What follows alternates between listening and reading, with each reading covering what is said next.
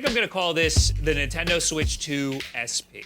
It's a leverless controller for the Nintendo Switch 2 to slot into. It's got hinges, so it can act like a laptop or like a giant clamshell. Now I can take a Switch and a controller with me without needing a bulky case, and most importantly, I can play Mario Maker in bed with a fight pad now. A few months ago, I did something similar with the Lenovo Legion Go. I called that one the Lenovo Legion Clam. That took me about a year from start to finish. This took me a lot less time because a lot of the work was done already from that last video. I like playing games this way. Sometimes I opt not to play in portable mode because I miss having the accuracy that an all-button controller provides me. Now, I don't have to worry about that. And I can always just pop it off if I want to play regularly. This is not a product that's ready for retail at all. This is a proof of concept. I am open sourcing this, however, so if you'd like to tool around with it yourself, you're more than welcome to. I made this for me because I wanted it, and this is something that I want to be using from now on. But also, it makes a nice piece of content, and I make videos. I'm not opposed to one day making a retail unit. It's not a priority to me. I will be providing the files in a way for you to be able to make this yourself if you really wanted to and can't wait. I understand that not everybody has a 3D printer, so there are options for you to get it if you don't have a 3D printer. But I also understand that not everybody wants a project. So for those people, I don't know what to tell you. You're going to have to wait. Maybe eventually people will make it on Etsy. I don't know. I've done a lot of work here, but I think that there's a lot more work that needs to be done if it's going to be sold like for real. If somebody spent like 50 to 100 bucks on one of these things, I think they might be pretty disappointed. I like it and it serves my purpose, but that's because I made it and I'm willing to forgive some of the problems that it has. Which is why I think open sourcing it is interesting, because then other people can take it and iterate on it and give their own ideas and maybe potentially even make it better. But if you're going to do that, you got to open source your version too. And if you see a version of this, it's not open sourced, shame them. Just like the Lenovo Legion Clam, the concept revolves around closing it like a laptop. In order to do that, we have hinges from Framework laptops. Framework sells the parts for their laptops on their site. They also publish the 3D files for most of these parts. I learned this after the Lenovo Legion Clam video when they messaged me and told me where to find those 3D files. This made attaching the hinges way easier this time. The major difference with the Switch 2 SP versus the Lenovo Legion Clam is that it's not a permanent mod. The Lenovo Legion Clam screwed into the back of the Lenovo Legion Go tablet. I wanted something that I could put on only when I wanted it. So the Switch 2 unit slots into this SP thing like a dock. That way, I don't have to cannibalize a Switch 2 just for this. This whole design is a lot bigger than the Lenovo Legion Clam design. I opted to want to keep the Joy-Con controllers on this time because A, I wanted it for the thumbnail. It makes a much better picture. It's much more obviously a Switch 2. And B, it's nice to have when I'm traveling. I'm pretty much always going to want to have the Joy-Con with me, especially now that the tablet is detachable. So I carved out little pockets for the thumbsticks to go into when it's closed. There's also a lot of these soft rubber cabinet door stoppers you'll see attached to this. This one on top prevents the screen from rubbing against the plastic. And there's 2 on the inside of the dock for a soft landing. There's also 4 on the bottom to act as rubber feet. On the Clam, I used a TPU filament for the soft rubber. TPU is like a soft rubberish filament. I opted not to use that this time, even though I like the cleaner look of the built-in TPU, because I know not everybody has the ability to print multiple types of filament in one print. Also, if people don't have a 3D printer at all and they want to order these parts from somewhere like PCBWay, it would be a lot easier for them to print it with just one filament. And then all you have to do is take these little cabinet door hinges that I'll link somewhere and you just stick it on there. And that's not a problem at all. Oh, do you not know what PCBWay is? This video is sponsored by PCBWay. PCBWay is the best way to get all of your little doodads and tchotchkes. PCBWay is the best way to get all of your little doodads and tchotchkes. You can get the PCB for this project from PCBWay. I've also uploaded all the 3D files for this project up there too. So if you don't have a 3D printer, that's fine. You can just have them do the printing for you because PCBWay way is the best way to get all of your little doodads and tchotchkes. Use PCBWay for your next project. They're celebrating their 11th anniversary right now, so you wish them a happy birthday. Happy birthday. Thank you. Check out the link below to unlock a plethora of coupons just for their birthday. And remember, PCBWay is the best way to get all of your little doodads and tchotchkes. PCBWay is the best way to get all of your little stupid doodads and tchotchkes, yeah. little tiny doodads and chot. Why'd you cut the music and the auto-tune? I'm kind of just making this video to show off this cool thing that I have and that I'm going to be using. It's definitely like a build at your own risk thing. I know people are going to see this and ask about it, so this is just here if you want it. There are 5 3D printed components that you're going to need for this, 5-ish. The top of the case, the bottom of the case, the dock piece, and a little clamp that holds the USB-C cable in place. I've also 3D printed button caps for the circular buttons. You could just use the junk food arcade buttons that I used for the Lenovo Legion Clam, but I made these smaller so that they'd have a lot more clearance. The other ones were a little too exact and got stuck sometimes. Some of the parts you see in this video might look a little different than the finished product. It's gone through many iterations, and it's still going through some iterations. I'm printing one right now as we speak, and the print is not going well. It's constantly evolving, but I'm on a schedule here, and we got a video to make. And also, done is better than perfect. So we're moving things along. I designed everything in Shaper 3D. It's a bit of an expensive program, but I guess as far as 3D software goes, it's not too expensive. I like it because it's simple. It works a little bit like a vector program, like Adobe Illustrator, and then you just extrude those vector paths out. But because it's simple, it is a pain in the ass sometimes, and sometimes things do break. The core of this design, it got all messed up when I accidentally merged it with a not so editable STL file. That has been extremely annoying to work around. Everything here was printed on a Prusa XL 3D printer. It is very large and very expensive, but it has been a godsend. The 2 greatest features are the massive print bed. The Switch 2 SP is pretty massive, so I wouldn't be able to do this project without that.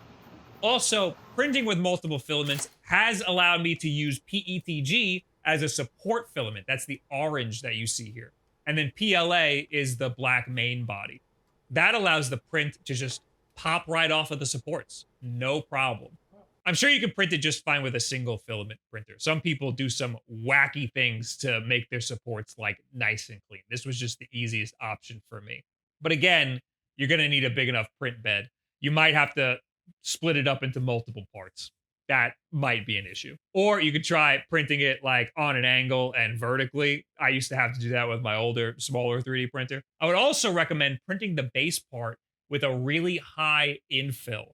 It needs to be weighted heavily so that the top isn't too top heavy, so that the Switch tablet doesn't fall over. I made the exact same mistake that I did on the Lenovo Legion Clam, and I printed it at a regular 15% infill, and it's already top heavy. So I have one printing right now that's a 50% infill, and that should fix that. The tools required to put it together are a PH00 screwdriver for the M2 screws, and a soldering iron for both the PCB and the heat-threaded screw mounts. Don't forget your little rubber stoppers there. Oh yeah, the PCB. This is the exact same PCB that I used in the last project. It's based off of a Flatbox Revision 5 and controlled by a Raspberry Pi 2040 and also the GP 2040 firmware. This requires some soldering, but it's an extremely easy soldering job. It also requires its own list of components. There's a GitHub for just this PCB specifically. Use that as a guide to put that together. One thing that I did differently in this project versus the Lenovo Legion Clam is I didn't use hot swappable sockets for the keyboard switches. I soldered them directly to the board because I ran out of hot swappable sockets. This shouldn't really cause any differences, but it might be the reason the button caps needed more clearance. So you could try the hot swappable sockets, but I'd recommend sticking with soldering the sockets on for now if you don't want any trouble, because I did sort of retool some of this because there was a little bit of mismatch. You can probably use the hot swappable sockets and everything will be fine. I didn't do that with this build though, so I can't 100% confirm that. I will also have another GitHub page that will list everything that you need in order to put together the whole unit, the main Switch 2 SP. Other stuff, we have the very short USB-C cable. We have the little cabinet door stoppers that we use as rubber pads for the bottom, but also they will work as a stopper for the screen on the Switch too. Also, we have the PCB, which is very important. This is already all dressed up. And we have the framework hinges that have enabled us to do a whole lot with this project. And then of course you also have a ton of screws. I'll leave a list of all the screws that you need somewhere. These I'm pretty sure you can just get on Amazon. All the screws are M2 for the heat threaded screw mounts. I like to use the small ones. These are 3 by 3.5 because they don't take up a lot of space and they don't displace a lot of plastic. Heat-threaded screw mounts go in all of these holes. When placing these, set your soldering iron to 550 degrees or else the PLA will glob all over the threads.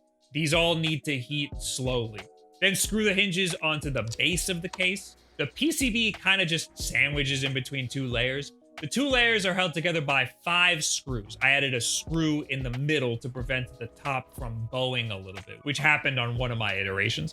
Thread the USB-C cable through, connect to the Switch 2, then place it in the dock with the wire positioned how you want it. Then screw in the little USB-C holder. Make this nice and tight so the cable doesn't go anywhere. Disconnect the Switch 2, flip the whole thing around, and screw the dock part into the hinge. I'd recommend about 3 screws on each side for this. Then just place the rubber pads in all of the holes that are made for them. And now, you're ready to slot the Switch 2 back in and have fun. I'd imagine most people would be interested in this for Street Fighter 6. It's a launch title for the Switch 2 that runs pretty great in portable mode. Now you have a super compact tournament setup wherever you are. You can also just pop off the Joy-Con and pass them off to someone for some multiplayer action. You could also use this for Smash Brothers. If you hold Start, Select, and Left, it'll make the WASD keys here act like a left stick. You should probably just leave this setting on at all times. I don't really see a downside to it. Of course, with Smash Brothers, you're a little limited because you don't have a right stick. So maybe this isn't the best for all characters. Personally, I love using controllers like this for fast-paced platformers. I love the precision that this provides me. It's like a D-pad on steroids. I play games like this so much that playing in portable mode feels wrong. It feels like I'm missing something, like I have less precision. It actually deters me from wanting to play some games portably. But now, I have the option to play these games how I want to play them wherever I am, and that's been amazing. Damn, bro, what the hell? And now for the issues with this setup. The top still does not go as far back as I would like. I changed the angle of the hinges so they're pitched back a little bit. It's a bit of a wider angle than the Lenovo Legion Clam, but I still wish I could get them to go back even more. I designed this to have the kickstand cut out so you can still use it if you wanted to, just because I thought it would be cool. Realistically, the bottom of the kickstand can't really reach the table anyway. It was a cool thought though. And you know what? I am using it to prop it up right now. So I guess it's really not so bad. The unit still doesn't close all the way. I might take a page out of Marcin Plaza's book and put a hook here or something like he did. And I'm already getting little scratches on the Joy-Con. So that means we gotta bust out the electrical tape.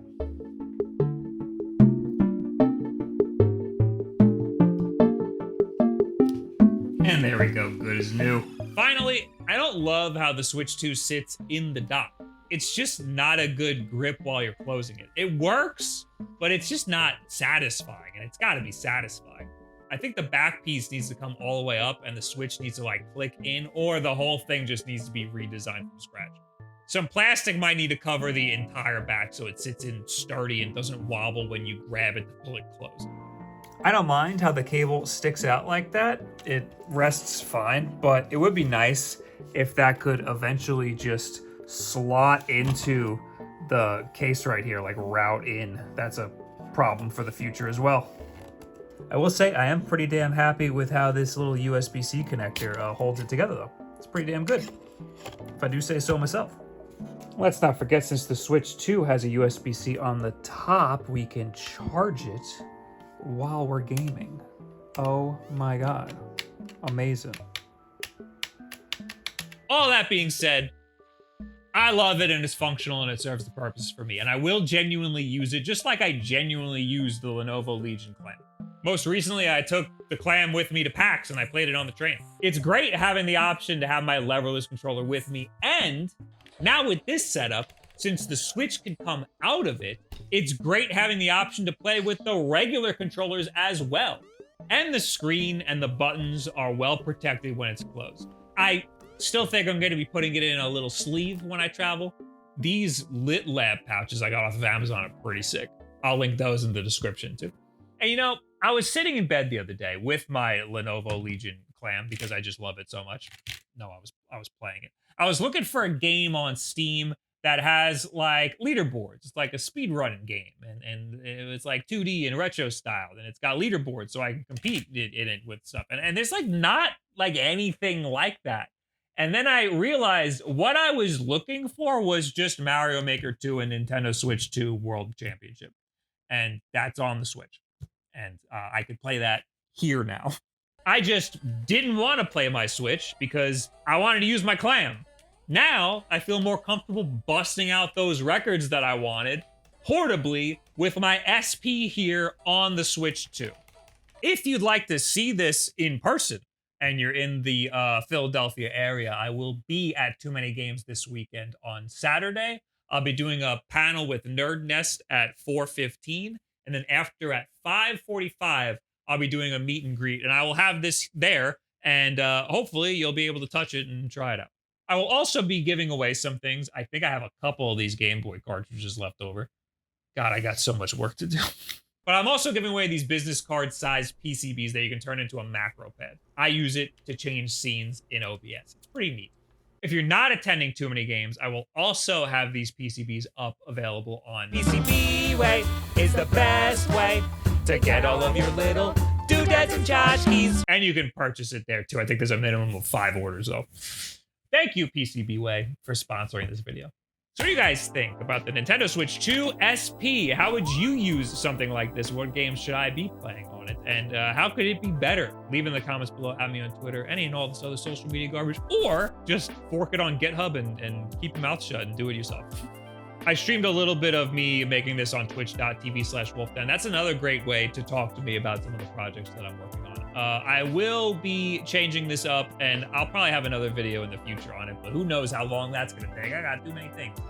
Subscribe, please. You might have the bell turned on for notifications, but does your YouTube app have notifications turned on? And share this video with a friend who would be interested in putting one of these together for you. There you go. Leverage your network. Thank you very much. Have yourself a good week.